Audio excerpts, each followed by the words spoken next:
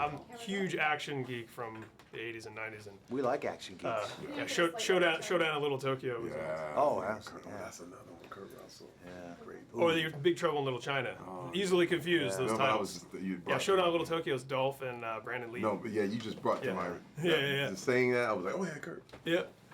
Kurt's, you got to get him in Expendables 3, right? That's what he was just saying. Just thinking. Yeah. about Kurt it. Russell, Expendables 3. We had Seagal, I mean, we're splitting the last two. Wesley Snipes.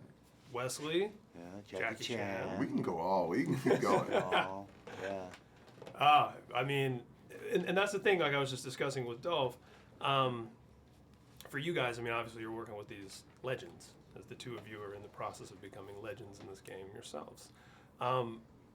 What's it like trying to balance everything? And because I felt like in this one, even more so than in the first, we really got a little more of everybody. Like everybody got to do their thing a little more and zero in on their character a little bit more specifically. Tell me about striking that balance. Well, I think that's the trick with the cast and ensemble of guys like that, giving every guy their moment to kind of showcase their stuff, what people want to see, what the fans want to see from Terry Crews, from me, from Jason, from Jet, and giving them that opportunity to deliver that is the juggling act. And I think Sly got warmed up and did it very, very well in the first one, and then had to take it to a whole new place. Added a couple new balls to the routine for the second one, and I think it works. He does it, and I think all of us know that going in. Nobody's so worried about, oh, I didn't get it, I didn't get my moment. I think we all knew we got our time, and it worked. It fit together. Yeah, well put. And I'm, obviously you're a real fighter, and one of the things that I love so much about these two movies is in this era of superheroes, and which is all cool. I grew up on comic books also. Love them. But CGI is great as an enhancement, but as a replacement, I mean, you can't beat the real thing. This is all real thing, right?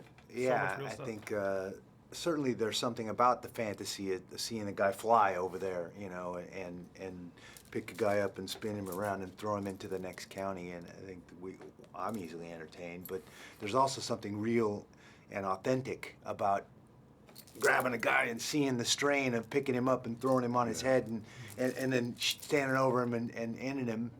That greediness that you can't replace that, and I think we strayed away from that with all the new technology and all the things, and this is a throwback to why do I like the Challenger, the 2012 Challenger versus the 1970 Challenger, because the 70 one's cool and it got it right, and now they made a new version of that has all, it looks the same but has all the bells and whistles, and it's that retro thing. It's cool. Yeah, my thing is you got to equate it to sports. I mean, if all of a sudden they CGI'd sports and you could just fly across the field and dunk or just whatever, after a while, I mean, that's cool for a couple, you see it as an event, but you want to see the strain. You want to see the physical, actual, that's why we watch the Olympics. You trying to hold that door open. Yeah. Hey, look. Superman, just open that door. You want to experience, you want to say, like, I could do that. Or there are things that are actually attainable that make you want to work out, make you want to be better.